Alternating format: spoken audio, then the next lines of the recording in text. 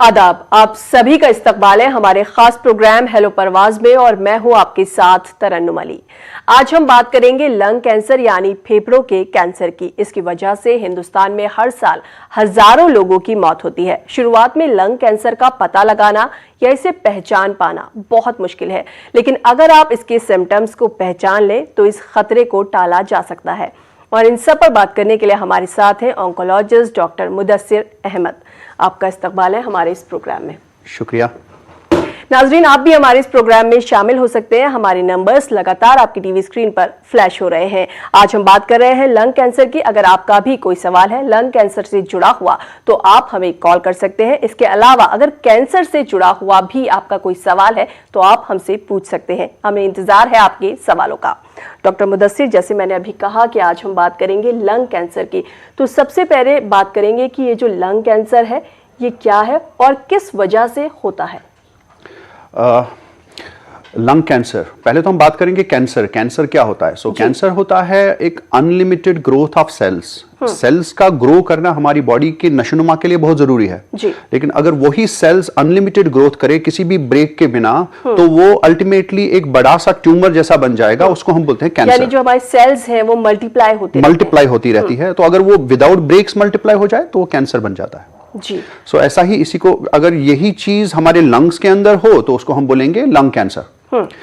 Lung cancer का फिर अपने इफेक्ट्स दिखाता है। वो सिर्फ एक कभी लंग के सीमित लंग के अंदर ही नहीं रहता है, लंग के बाहर भी चला जाता है। कोई जो आसपास के जो ऑर्गन्स है उन पे भी असर डालता है। तो ये सारी चीजें इससे हो सकता है जी। अगर इसके सिम्टम्स की बात करें, अगर किसी को लंग कैंसर है और उसको मालूम नहीं है, क्योंकि जैसे मैंने कहा कि इसका पता लगाना थोड़ा मुश्किल होता है, काफ़ी देर में इसका पता चलता है, तो अगर किसी को लंग कैंसर है तो सिम्टम्स क्या होंगे, कैसे उसे पता चलेगा? लंग कैंसर के सिम्टम्स, बहुत सारे सिम्टम्स तो आमतौर पर लोगों को पता ही होती है कि ऐसा हो सकता है। तो एक्चुअली आम जो सिम्टम्स है वो क्या होता है कि पेशेंट जो है वो कंप्लेन करता है कि मेरे को खांसी हो रही है। कभी कभी खांसी के साथ बलगम आता है, बलगम में कभी कभी खून आ सकता है। अच्छा, कभी कभी दर्द हो सकता है। दर्द, सीने में दर्द हो सकता है, हड्डियों में दर्द हो सकता है। अच्छा, कभी कभी कैंसर के साथ में कोई इन्फेक्शन भी हो जाता है और वो इन्फेक्शन ठीक ही नहीं होता है। ये हो सकता है। एक और चीज है, कभी कभी क्या होता है कि पेशेंट का कोई इन्फेक्शन हो गया और वो डॉक्टर के पास चला गया, उन्होंने एक्सरे कर लिया, एक्सरे पे कोई इन्फेक्शन दिख रहा है, उन्होंने इन्फेक्शन ट्रीट करने का कोशिश किया और वो कभी कभी 10, 15, 20 दिन तक ठीक नहीं हुआ। तो उस टाइम पे हमें सोचना चाहिए कि कहीं कुछ और तो नहीं है जो इन्फेक्शन के बगैर है। कभी कभी ऐसी सिचुएशन में भी कैंसर हो सकता है। एक और सिम्टम है कैंसर का कि ऐसे पेशेंट्स का वजन कम हो जाता है। अच्छा, वेट कम होने बिल्कुल, वेट लॉस होता है और खाना पीना का मन नहीं करता है। ये सारी चीजें होती है, ये कैंसर के कारण हो सकती हैं। तो अगर किसी को बहुत लंबे वक्त से खांसी है और उसके साथ अगर ब्लड भी आ रहा है, खून भी आ रहा है, तो वो फौरन डॉक्टर के पास जाए। वेट कम हो रहा है, भूख नहीं लग रही है, ये सारे इसके सिम्टम्स हैं। बिल्कुल। अगर हम इसके स्टेजेस की बात करें तो इसकी कितनी स्टेज होती है और वो कौन सी स्टेज है जब इसका पता चल जाए तो इलाज हो सकता है? ओके, कैंसर का ज्यादातर कैंसर्स होते हैं उनके स्टेजेस के हिसाब से उनके यूजुअली हम बोलते हैं कि हम 4 स्टेजेस होते हैं कैंसर के जी। जैसे अगर लंग का कैंसर बहुत छोटा है, एक ही जगह पर सीमित है, तो इसको हम बोलते हैं स्टेज 1। अगर यही कैंसर थोड़ा सा और बड़ा हो गया, साइज में बड़ा हो गया या आसपास में बिल्कुल करीब 1 या 2 दाने हैं और, तो हम उसको बोलते हैं स्टेज 2 जी। कभी कभी अगर ये कैंसर जो है थोड़ा और फैल जाता है, आसपास में ज्यादा एरिया इन्वॉल्व कर देता है और आसपास में लिम्फ नोड्स में चला जाता है, तो इसको हम बोलते हैं स्टेज 3। अच्छा। तो इसके बाद होता है स्टेज 4। स्टेज 4 मतलब कोई भी कैंसर, लंग का कैंसर स्पेसिफिकली, जो अपनी जगह से हिल के किसी और ऑर्गन में चला जाए, जैसे हड्डियों में गया, दूसरे साइड के लंग में गया, जैसे पेट में चला गया, लिवर में चला गया, तो इसको हम बोलते हैं स्टेज 4। तो 4 स्टेजेस होते हैं, 1, 2, 3 और 4। अच्छा, वो स्टेज कौन सी है जिसपे इसका पता चल जाए तो इलाज इसका मुमकिन है? फर्स्ट स्टेज है? यस। अगर ट्रीट तो हम हर कोई स्टेज को करते हैं, लेकिन हमारा एक्चुअली एक जो गोल होता है, जो हमारा लक्ष्य होता है, वो चेंज हो जाता है। अगर स्टेज 1, 2 या 3 में आ जाए पेशेंट तो उसका हमारा लक्ष्य होता है पूरी तरह से उसको क्योर करना, मतलब पूरी तरह से कैंसर को खत्म कर देना जी। सो खत्म कर देने का मतलब क्या होता है? खत्म करने का मतलब होता है कि कैंसर जिस्म से चला जाएगा, फिर जिंदगी भर वापस नहीं आएगा और इस पेशेंट की मौत इस कैंसर से नहीं होगी। सो इसको बोलते हैं क्योर। तो ये क्योर संभव है, ये क्योर पॉसिबल है अगर पहले स्टेज, दूसरे स्टेज या तीसरे स्टेज में पेशेंट आ जाए। स्टेज 4 में ज्यादातर most of the time 99% of the time ये चीज पॉसिबल नहीं होती है। अच्छा, तो यानी अगर शुरुआती वक्त में पता चल जाए तो इलाज इसका हो सकता है। अगर शुरुआती वक्त पे पता चल जाए तो बिल्कुल इलाज हो सकता है। जी डॉक्टर साहब, जैसे कि हर किसी भी बीमारी की अगर हम बात करें तो कहीं ना कहीं इम्यूनिटी का रोल बहुत बड़ा होता है, तो क्या लंग कैंसर में भी इम्यूनिटी का कोई रोल है? बिल्कुल है। इम्यूनिटी का रोल एक्चुअली दो तरह से है इस कैंसर में। एक तरह का होता है कि कॉजेशन में, मतलब ये कैंसर बना कैसे, अच्छा। तो उसमें इम्यूनिटी का रोल है। दूसरा है कि इसमें इम्यूनिटी का रोल है कि इसको ट्रीट किया कैसे किया जाए, उसमें भी इम्यूनिटी का रोल है। अच्छा। So let us talk about first. पहला है कि ये होता कैसे है। एक्चुअली हर कोई कैंसर जब ये छोटा होता है, जब ये बनने लगता है इंसान के जिस्म में, उस टाइम पे हमारी जो इम्यूनिटी होती है, जैसे ये किसी इन्फेक्शन के खिलाफ लड़ती है हमारी इम्यूनिटी, वैसे ही इस कैंसर के खिलाफ भी लड़ती है। जी, और भी बात करेंगे इम्यूनिटी से जुड़ी हुई। एक कॉलर हमारे साथ जुड़ गए हैं। हेलो हेलो हेलो जी, बताएं क्या सवाल है आपका? जी, सवाल बताएं, क्या पूछना है आपको? अरे हमको 7 साल हो गया, कमर में बहुत दर्द आती है, एक्सीडेंट हो गया था। हाँ बोलिए। बैठने में बहुत दिक्कत होती है, बैठ नहीं पाता, बैठ के खाना खाने में दिक्कत होती है, बस लेटा रहता हूँ। जी जी, ठीक है। वैसे आज हम बात कर रहे हैं, दवा तो बहुत किया। जी ठीक है। वैसे आज हम बात कर रहे हैं लंग कैंसर की, लेकिन इनकी कमर में बहुत दर्द रहता है, कोई एक्सीडेंट हो गया था, उसकी वजह से इन्हें बैठने उठने में बहुत तकलीफ होती है। आई थिंक ये डायरेक्टली कैंसर के रिलेटेड तो सवाल नहीं लग रहा है, लेकिन फिर भी मैं एज अ फिजिशियन इनको एडवाइस करता हूं कि इनको पास में जो भी होगा, ऑर्थोपेडिशियन होगा या कोई न्यूरोसर्जन होगा या कोई जो कमर की तकलीफों के साथ डील करता है, उनके साथ संपर्क करना चाहिए। मुझे लगता है कि इनका बहुत ज़्यादातर ऐसी चीज़ें तो ठीक हो सकती है, तो लेकिन इनको ऑर्थोपेडिशियन या तो पेन मेडिसिन जो होता है, पेन क्लिनिशियन, सो उनके पास जाना चाहिए। जी, आप हमें बता रहे थे कि लंग कैंसर में इम्यूनिटी का क्या रोल है? सो इम्यूनिटी का रोल, जैसे मैंने आपको बताया था कि इम्यूनिटी का रोल होता है कॉजेशन में और होता है ट्रीटमेंट में। कॉजेशन में ये रोल होता है कि आमतौर पर हर कोई कैंसर जो होता है वो डेवलप होता है क्योंकि हमारी जिस्म की इम्यूनिटी उसको कंट्रोल नहीं कर पाती है। अच्छा। सो जब हमारी जिस्म की इम्यूनिटी कंट्रोल नहीं कर पाएगी तो कैंसर बनता है, कैंसर पनपता है हमारे जिस्म के अंदर। तो यहां पर इम्यूनिटी का रोल है। दैट मीन्स कि अगर किसी भी पेशेंट का, किसी भी इंसान का इम्यूनिटी डाउन हो जाएगा किसी भी कारण, चाहे वो इन्फेक्शन के कारण हो, HIV एड्स के कारण हो, तो हमारे उनके जिस्म, उस पेशेंट के जिस्म में कैंसर पनप सकता है।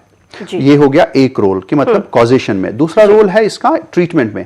कैंसर का जो ट्रीटमेंट है आमतौर पर स्टेज नंबर 3 और स्टेज नंबर 4 जो होता है, उसमें हम आजकल एक ट्रीटमेंट यूज करते हैं, उसको बोलते हैं हम इम्यूनोथेरेपी। अच्छा। सो ये इम्यूनोथेरेपी होता क्या है? इम्यूनोथेरेपी होता है कि जैसे मैंने आपको बोला कि ये कैंसर हमारे इम्यूनिटी को बिठा देता है, हमारे इम्यूनिटी को कमजोर कर देता है, तो उसकी वजह से ये कैंसर पनपता है और बढ़ते रहता है। तो हम क्या करते हैं, ये इम्यूनोथेरेपी क्या करती है? ये इम्यूनोथेरेपी एक काम करती है, ये इम्यूनोथेरेपी इस हमारे इम्यून सिस्टम को फिर से ताजा कर देती है, फिर से उसको नॉर्मल कर देती है। उसकी वजह से क्या होता है कि हमारा अपना इम्यून सिस्टम फिर से कैंसर से लड़ने लगता है और बहुत बार इसमें कामयाबी भी पा सकते हैं। कभी कभी तो देखा गया है कि इवन कैंसर जो चौथा स्टेज है, चौथे स्टेज में भी कुछ पेशेंट्स बिल्कुल ठीक हो गए, कभी कभी बहुत सालों तक वो जीते हैं सिर्फ इस इम्यूनोथेरेपी की वजह से। अच्छा, एक कॉलर हमारे साथ जुड़ गए, इनका सवाल लेते हैं। हेलो हेलो हेलो जी, बताएं क्या सवाल है आपका? जी वालेकुम सलाम, बताएं क्या सवाल है आपका? डॉक्टर साहब है? बिल्कुल, सवाल पूछिए। जी हाँ मैम, एक्चुअली मेरी सिस्टर का जो ब्रेस्ट है उसके लेफ्ट साइड में एक थोड़ा सा दाना है बीच में जी, उसके बारे में जानना था थोड़ा सा। अच्छा, सो ये कॉलर जो है ये हमें पूछ रहे थे, एक्चुअली एक इनकी सिस्टर का ब्रेस्ट में एक दाना है, तो ये उसके बारे में पूछ रहे थे। तो ये तो लंग के कैंसर के रिलेटेड नहीं है, क्योंकि मैं एक्चुअली सारे कैंसर्स को ट्रीट करता हूं, सो मैं इनको बता देता हूं। तो इनको एक्चुअली जल्द से जल्द किसी अपने जो फिजिशियन है या कोई गायनेकोलॉजिस्ट है या कोई ऑन्कोलॉजिस्ट, बेस्ट रहेगा ऑन्कोलॉजिस्ट, किसी भी कैंसर स्पेशलिस्ट से मिलना है इनको, ताकि वो इसका आगे जाके क्या करना है उसमें वो कर ले। तो इंपॉर्टेंट चीज जो इनको करनी होगी, इनको एक मेमोग्राफी करनी होगी और हो सकता है अगर उस मेमोग्राफी की या अल्ट्रासोनोग्राफी की बुनियाद पे अगर हम ये फैसला कर ले कि इसमें एक बायोप्सी करनी होगी या कोई नीडल का टेस्ट करना होगा, तो वो आगे का प्लान है। लेकिन वो सारा चीज होगा जब एक डॉक्टर पहले इनको देखेगा, उसके बाद वो मेमोग्राफी करेगा, एक एक्सरे करेगा, तो उससे पता चल जाएगा हमें कि आगे क्या करना है। जी, जैसे कि हम लंग कैंसर की बात कर रहे हैं, तो हमें इसकी जो टाइप्स हैं उसके बारे में भी जानना जरूरी है। क्या ये एक ही टाइप का होता है या कई तरह का होता है? लंग का कैंसर, ये जो हम आज का ये जो डिस्कशन है, ये हम सीमित रखते हैं सिर्फ लंग के ऊपर। ओके, सो लंग में बहुत सारे डिफरेंट टाइप के कैंसर्स हो सकते हैं। ये एक्चुअली कैंसर हम कैसे बोलते हैं कि डिफरेंट टाइप्स के हो सकते हैं, क्योंकि लंग के अंदर बहुत डिफरेंट टाइप के सेल्स हो सकते हैं। तो जितने टाइप के सेल्स अंदर है, चाहे वो अंदर एल्वियोलाई का सेल हो या उनमें ब्लड वेसल का सेल हो या कोई भी अंदर सेल हो, तो उनका कैंसर बन सकता है। तो ज्यादातर जो सबसे कॉमन कैंसर्स होते हैं जो लंग में होते हैं, वो होता है एक इसको बोलते हैं हम एडिनोकार्सिनोमा, दूसरा होता है स्क्वैमस सेल कार्सिनोमा, तीसरा होता है स्मॉल सेल लंग कैंसर। ऐसे ही बहुत सारे डिफरेंट टाइप ऑफ कैंसर्स होते हैं। ये इसका बुनियाद क्या होता है? बुनियाद ये है कि ये किस सेल से बना हुआ है और ये दिखने में कैसा लगता है। जी, और भी बातें करेंगे। कॉलर हमारे साथ जुड़ गए हैं। हेलो हेलो हेलो जी, बताएं क्या सवाल है आपका? ये मेरे को ना शिकायत रहती है, काफी बलगम बहुत जाता है। डॉक्टर साहब से बात करनी है। जी हाँ, बोलिए आदाब, बोलिए। हेलो, अपना सवाल पूरा करें। आदाब, बोलिए, मैं सुन रहा हूँ आपकी बात। हाँ डॉक्टर साहब, जैसे अपनों को मेरे पुराने 25 से 30-35 साल पहले टीबी हो गई थी। हेलो, हाँ बोलिए। हो गई थी, बाद में मेरा अभी फिर कुछ दिन से ना खांसी बलगम नजला जुकाम हो गया, तो बहुत परेशान हूँ। बलगम भी जाते हैं, मतलब कफ की शिकायत है। ओके, शुक्रिया। मैं आपको बता देता हूँ। एक्चुअली इनका बहुत साल पहले, इस पेशेंट का जो है बहुत साल पहले लंग का ट्यूबरक्लोसिस हुआ था, टीबी हुआ था। तो इनको अभी फिर से कुछ बहुत टाइम से बलगम वो जो जाता ही नहीं है, जो ठीक ही नहीं हो रहा है। तो इनको मैं बता देता हूँ कि ऐसा नहीं है कि इनको कोई कैंसर की संभावना है, लेकिन मुझे लगता है कि इनको आगे जाके और ट्रीटमेंट करने की ज़रूरत होगी। इनको जाना चाहिए एक पल्मोनोलॉजिस्ट, जो ये हमारे लंग के स्पेशलिस्ट होते हैं, उनके पास जाना चाहिए। ये देखना है कि कहीं ये ऐसा तो नहीं है कि वो लंग का जो इन्फेक्शन पुराना था, जो टीबी है, वो फिर से एक्टिवेट तो नहीं हुआ है, या ऐसा तो नहीं है कि कोई और इन्फेक्शन उसके अंदर हो गया है।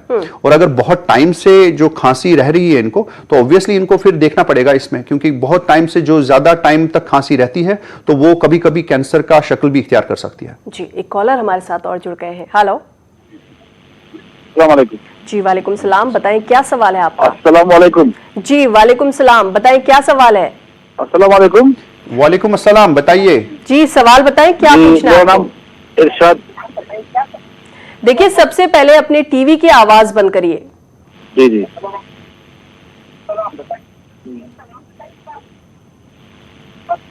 मेरा नाम इरशाद अहमद सोफी है। जी, बताएं क्या सवाल है? जी, मैं जानना चाहता हूँ कि मेरा जो फेस है, उसमें एक साइड से मेरा जो चेहरा है ना, वो अंदर घुस गया है। अच्छा, तो उसके बाद मैं सिक्किम एक्चुअली।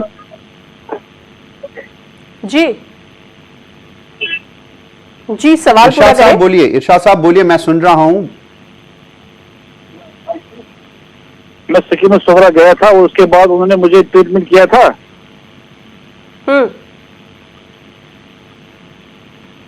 आप अपने टीवी की आवाज बंद कीजिए और हमारे से सवाल पूछिए। जी एक्चुअली मैं उसके बाद सिक्किम में सोहरा।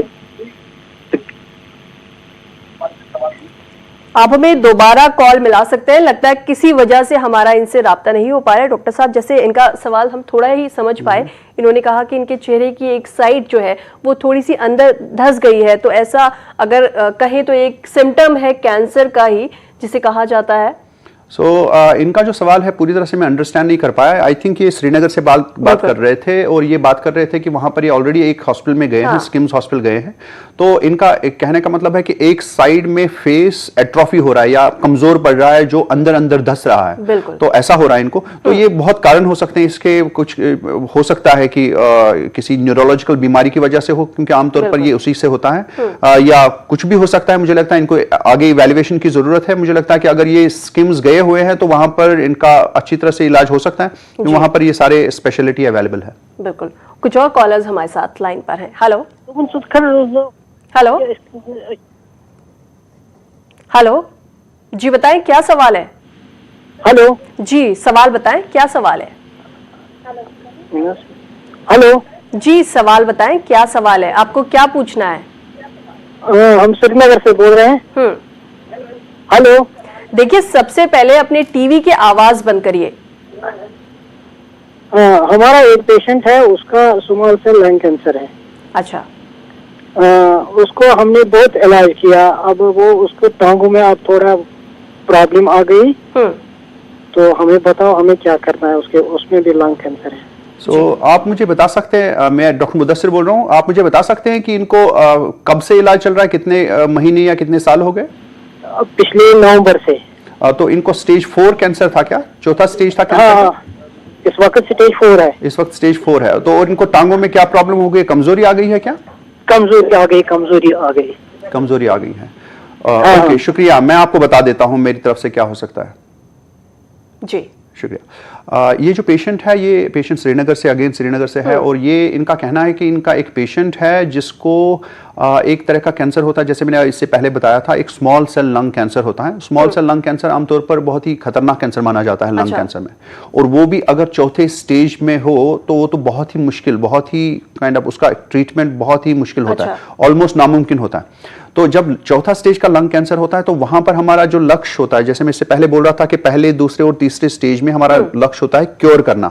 यहां पर हमारा मकसद क्योर करना नहीं होता है, यहां पर हमारा मकसद होता है पेशेंट की लाइफ को कंफर्टेबल बनाना। अच्छा। जितना भी उनके प्रॉब्लम्स है उनको कुछ करना, कुछ आराम देना उनका। और दूसरा चीज है, अगर यही आराम वाली जिंदगी इसको हम कुछ बढ़ा दें, जैसे 6 महीनों के बजाय 1 साल या 1 साल के ज्यादा, 1 साल से ज्यादा, 2 साल, 3 साल, 4 साल, जितना भी उसको लंबा कर सके वो चीज करना होता है। सो हमारा मकसद एक्चुअली चेंज हो जाता है, क्योर करना नहीं है, पेशेंट की तबीयत को अच्छा करना है, पेशेंट को आराम देने की कोशिश करना है और इसकी लाइफ को बढ़ाना है। और जो ये पेशेंट था, इनका है ही प्रॉब्लम, इनका प्रॉब्लम क्या है कि stage 4 small cell lung cancer है। Stage 4 small cell lung cancer में बिल्कुल यही लक्ष्य हमने सामने रखने हैं, इनको आराम देना है और इनका लाइफ को बढ़ाने की कोशिश करना है। कैसे कर सकते हैं वो? दो चीजें होती है। एक होता है कैंसर के खिलाफ लड़ना, जो भी हम ट्रीटमेंट देंगे कैंसर के खिलाफ देंगे। दूसरा ट्रीटमेंट होता है कि हम जो पेशेंट की प्रॉब्लम्स है, जैसे पेशेंट को दर्द है, पेशेंट को पैरों में जो है, ये बोल रहे थे भाई साहब बोल रहे थे कि पेशेंट के पैरों में जान नहीं है, मतलब कमजोरी आ गई है, तो उसके लिए भी कुछ करना। कभी कभी ये जो कैंसर अगर ये कमर की हड्डियों में घुस गया है तो स्पाइनल कॉर्ड इन्वॉल्व करके इससे क्या हो सकता है कि कमजोरी आ सकती है पैरों में। तो उस टाइम पे हम रेडियोथेरेपी या कभी कभी स्पाइन का सर्जरी करना पड़ता है ताकि इनकी उस प्रॉब्लम को हम ठीक कर सके। तो दो चीजें हैं, एक इनका कैंसर का ट्रीटमेंट, दूसरा इनके प्रॉब्लम्स का ट्रीटमेंट। दोनों ही के लिए इनको जाना पड़ेगा कैंसर के स्पेशलिस्ट के पास। अगर ये श्रीनगर से बात कर रहे हैं तो या तो ये आसपास में किसी भी हॉस्पिटल में जा सकते हैं, या तो कंट्री में बहुत सारे और भी हॉस्पिटल्स हैं जहां पर ये अपना इलाज करवा सकते हैं। जी, कुछ और कॉलर्स हमारे साथ हैं। हेलो हेलो हेलो जी, सवाल बताएं। अस्सलाम वालेकुम जी। सर, मुझे जो प्रॉब्लम है, ये पिछले 2 साल से मेरी कमर की तकलीफ है, तो ये डिस्क बोल रहे हैं लेकिन फर्क नहीं हो पा रही है। शुक्रिया। इन भाई साहब का प्रॉब्लम है, अगेन वही प्रॉब्लम है कि कमर में इनको दर्द है, जिसको बोला गया है इनको कि डिस्क का प्रॉब्लम है। तो अगर डिस्क का प्रॉब्लम है तो बेहतर रहेगा कि ये एक स्पाइन सर्जन के पास जाए या ऑर्थोपेडिशियन के पास जाए, वही इनका ट्रीटमेंट अच्छी तरह से कर पाएंगे। जी, एक और कॉलर हमारे साथ फोन लाइन पर है। हेलो, कहाँ पे जाना पड़ेगा? हेलो जी, सवाल बताएं, क्या सवाल है आपका? जैसे मैं डॉक्टर साहब को अपने बताया कि खांसी बहुत आ रही थी, बलगम बहुत जाता है, तो उसके लिए हमको कहाँ पे जाना पड़ेगा? जी, शुक्रिया, मैं आपको बता देता हूँ। आपका सवाल है कि बहुत टाइम से खांसी जा नहीं रही है और बलगम आ रहा है, तो आपको एक आसपास में जो भी आपका लंग का स्पेशलिस्ट होगा या किसी भी स्पेशलिटी हॉस्पिटल में, अगर आप किसी भी जगह पर रहते हैं तो आसपास में जो भी स्पेशलिटी हॉस्पिटल है, आपको लंग के स्पेशलिस्ट के पास जाना होगा। वो आपको बता देंगे कि ये लंबे समय से खांसी क्यों हो रही है और ये ठीक क्यों नहीं हो रही है। तो बहुत सारी संभावनाएं हो सकती है, टीबी तो नहीं है, कुछ लंबा कोई क्रॉनिक इन्फेक्शन तो नहीं है, वो भी देखना होगा। जी, कॉलर्स लगातार हमारे साथ जुड़ रहे हैं। एक और कॉलर जुड़ गए हैं। हेलो हेलो हेलो जी, सवाल बताएं, क्या पूछना है आपको? जी, सवाल बताएं। शुगर चल रहा है बाप को 3। हेलो जी, शुगर है बाप को 3 साल से। शुगर 3 साल से शुगर है जी, और उसके फर्क नहीं होती है, दवा हर रोज खाता है जी। उसका क्या इलाज करना है? शुक्रिया, मैं आपको बता देता हूँ। इनका सवाल भी एक्चुअली कैंसर से रिलेटेड नहीं लग रहा है। इनका सवाल जो है कि ये शुगर है, इनके पिताजी को शुगर की तकलीफ है और दवाई खाना नहीं पड़ रहा है। तो इसके लिए भी अगेन मैं वो बोल रहा हूँ कि किसी भी अच्छे से एंडोक्राइनोलॉजिस्ट या शुगर स्पेशलिस्ट या फिजिशियन से बात कर ले, संपर्क कर ले। मुझे लगता है कि आजकल की दुनिया में शुगर का कंट्रोल ना आना ये कोई बात नहीं है, होना चाहिए, अच्छी तरह से होता है। 99% ऑफ द टाइम्स अच्छी तरह से शुगर कंट्रोल किया जा सकता है अगर वो अच्छा ट्रीटमेंट ले किसी भी अच्छे से। कई बार ये भी होता है कि पेशेंट दवाइयां तो लेते हैं लेकिन परहेज बिल्कुल भी नहीं करते हैं। वो भी बहुत सारी प्रॉब्लम्स हैं। जी, कुछ और कॉलर्स हमारे साथ फोन लाइन पर हैं। हेलो हाँ जी, बताएं क्या सवाल है आपका? हेलो, वालेकुम सलाम। हाँ, ये मुझे रोज सुबह में उठने के साथ है ना चक्कर आती है, चक्कर। अच्छा, हाँ। आप अपना उम्र बता सकते हैं? आपकी उम्र क्या है? मेरी 60 उम्र है, 60। और ये कब से है, ये कब से है प्रॉब्लम आपको? 1 महीने से चालू हो गया है ऐसा। 1 महीने से है। आपने किसी डॉक्टर को दिखाया है अभी तक? अभी तक तो हाँ, ये दिखाया थोड़ा सा, पर वो कुछ असर हो रहा नहीं कुछ। अच्छा, शुक्रिया, मैं आपको बता देता हूँ।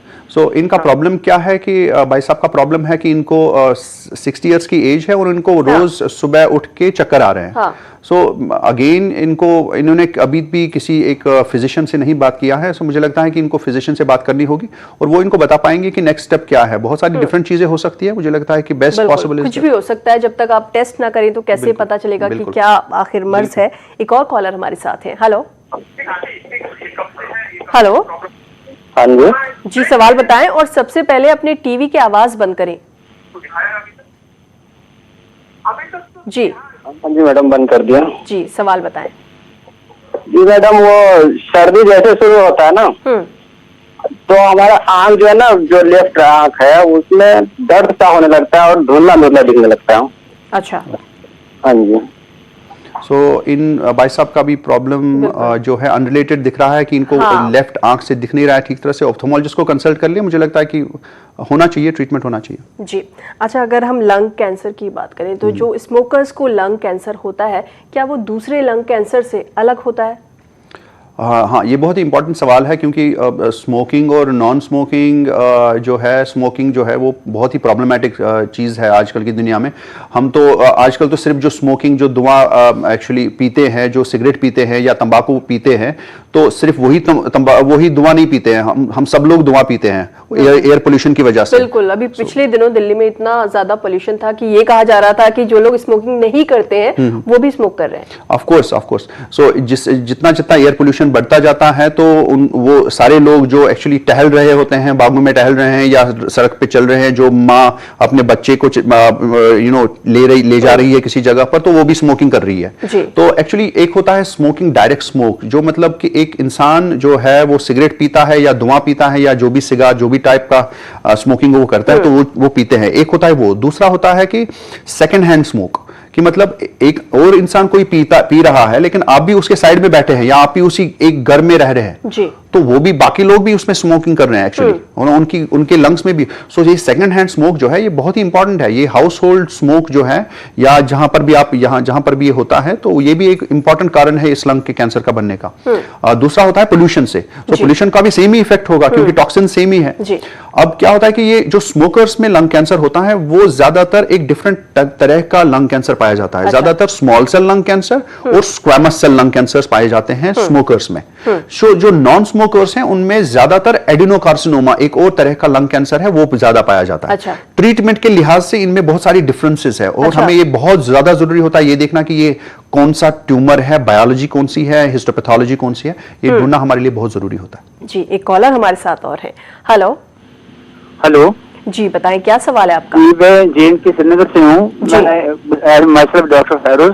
तो मेरी ये बात है कि डॉक्टर साहब से मुझे ये पूछना है कि मुझे अक्सर ना चेस्ट में थोड़ी एलर्जी रहती है। अच्छा। जैसे कभी क्या होता है, जैसे थोड़ी सी सर्दी मुझे चेस्ट में लग जाती है तो मुझे सांस फूलती है बहुत देर तक और खांसी लगती है। उसके बाद ये 1-2 दिन रहती है, उसके बाद चली जाती है। उसके बाद ना मैंने पल्मोनोलॉजिस्ट से कंसल्ट किया, उन्होंने मुझे 3 महीने का एक कोर्स दे दिया, वो एंटी एलर्जी कुछ मेडिसिन थी, बहुत वो खाई मैंने। जैसे मैं ठीक हो गई, जैसे ही मुझे थोड़ी सी सर्दी लगती है चेस्ट में तो मुझे बलगम आता और सांस फूलती, बहुत तेज तेज की सांस फूलती है। और कभी कभी ना गले में फिर ये दर्द भी होता है और इसमें छाल भी पड़ते हैं गले में। तो इससे मुझे थोड़ा कंसल्टेशन चाहिए। शुक्रिया। डॉक्टर फेरोज साहब, आप श्रीनगर से बोल रहे हैं, शुक्रिया आपको फोन करने का यहाँ पर। सो आपका जो प्रॉब्लम लग रहा है ये एलर्जिक कॉफ का लग रहा है, जो आप खुद ही बोल रहे हैं कि आप डॉक्टर के पास गए हैं, उन्होंने कुछ दवाई भी दी है, कुछ फर्क हुआ भी है लेकिन अच्छी तरह से फर्क नहीं हुआ है। तो मुझे लगता है कि आपको अपने डॉक्टर के साथ फिर से जाना चाहिए और कुछ और जो पुराना ट्रीटमेंट है हो सकता है कभी कभी चेंज करना पड़ सकता है, कोई और रीजन हो सकता है, कोई एलर्जी में कभी कभी कुछ और ट्रीटमेंट भी हो सकते हैं जो कर सकते हैं। मुझे लगता है आपको उसी के साथ कंटिन्यू करना चाहिए। और ऐसा तो नहीं है कि कोई इरिटेंट कफ, जो आप बोल रहे हैं कि इरिटेंट कफ है, उससे कैंसर होना मुझे नहीं लग रहा है। लेकिन अगर आपके डॉक्टर जो टेस्ट करेंगे, कभी एक्सरे करेंगे या सीटी स्कैन करेंगे, अगर उनको कुछ ऐसा लगा तो मुझे लगता है डेफिनेटली आपको आगे बढ़ना चाहिए इस ट्रीटमेंट में। जी, इस दौरान एक कॉलर हमारे साथ और जुड़ गए हैं। हेलो हेलो जी, बताएं क्या सवाल है आपका? हाँ, मेरा सवाल से पूछता है, मेरी मिसेज के ताल्लुक से है। उनकी एज 74 ईयर है। अच्छा। आज से यानी पिछले साल उनको पैरालिसिस हो गया था। तो वो ठीक हुआ। उसके बाद में उनकी पैर की हड्डी टूट गई थी, लेफ्ट पैर की, यानी पिंडली के पास से। वो भी ठीक हो गई। लेकिन अभी पिछले इस रमजान में बढ़ते बढ़ते अचानक वो खड़े हुए तो उनके जो जांघ पर के पास का जो गोश्त रहता है ना, इसको बॉल बोला जाता है जी, वो अपनी जगह छोड़ चुका है। इससे अब उनका उठना बैठना चलना फिरना सब बंद है। तो इसके लिए कोई इलाज है? जी ठीक है। सो इन्होंने बोला कि इनकी वाइफ की उम्र है 74 साल, 74 ईयर्स। सो 74 ईयर्स की एज में इनको पैरालिसिस का अटैक हुआ है, उसके बाद इनको कुछ फ्रैक्चर्स हुए हैं और ये अभी खड़े नहीं हो पा रहे हैं। सो इनका प्रॉब्लम जो है ज़्यादातर लग रहा है कि ये न्यूरोलॉजिकल प्रॉब्लम है। और दूसरा चीज़ है कि इस उम्र में एक्चुअली हड्डियाँ बहुत कमज़ोर हो जाती है, तो ऑस्टियोपोरोसिस का भी प्रॉब्लम लग रहा है। मुझे लगता है कि इनको एक ऑर्थोपेडिशियन, एक न्यूरोलॉजिस्ट को कंसल्ट करना चाहिए, तो वही बताएंगे इनको आगे का ट्रीटमेंट। जी डॉक्टर मुदस्सिर, असल में वक्त हमारे पास थोड़ा सा कम है, लेकिन चलते चलते आपसे जरूर पूछूंगी कुछ ऐसी टिप हमारे व्यूअर्स को आप जरूर दें। क्या कुछ ऐसे प्रोटेक्टिव डाइट हो सकती है इसमें, क्योंकि डाइट का किसी भी बीमारी में बहुत बड़ा रोल होता है। देखो कुछ ऐसा कोई जड़ी बूटी नहीं है मेरे पास कि मैं आपको बोलूं कि और उसके बाद कैंसर ना हो, ये तो नहीं संभव है। लेकिन एक चीज है कि एक हेल्दी डाइट खाना चाहिए, नेचुरल डाइट खाना चाहिए, और विटामिन से भरा हुआ डाइट खाना चाहिए। और तंबाकू और धुआं बिल्कुल नहीं, उसका यूज नहीं करना चाहिए। और हेल्दी लाइफ जियो, अपने डॉक्टर के प्राइमरी फिजिशियन से कंसल्ट करते रहिए। और मोस्ट प्रोबेबली अगर कोई खुदा ना करे ऐसा प्रॉब्लम हुआ भी तो वो जल्दी से पकड़ा जा सकता है और ट्रीटमेंट किया जा सकता है। जी डॉक्टर मुदस्सिर, आप हमारे स्टूडियो में आए, तमाम कॉलर्स के सवालों के जवाब आपने दिए, आपका यहाँ आने के लिए बहुत बहुत शुक्रिया। शुक्रिया शुक्रिया।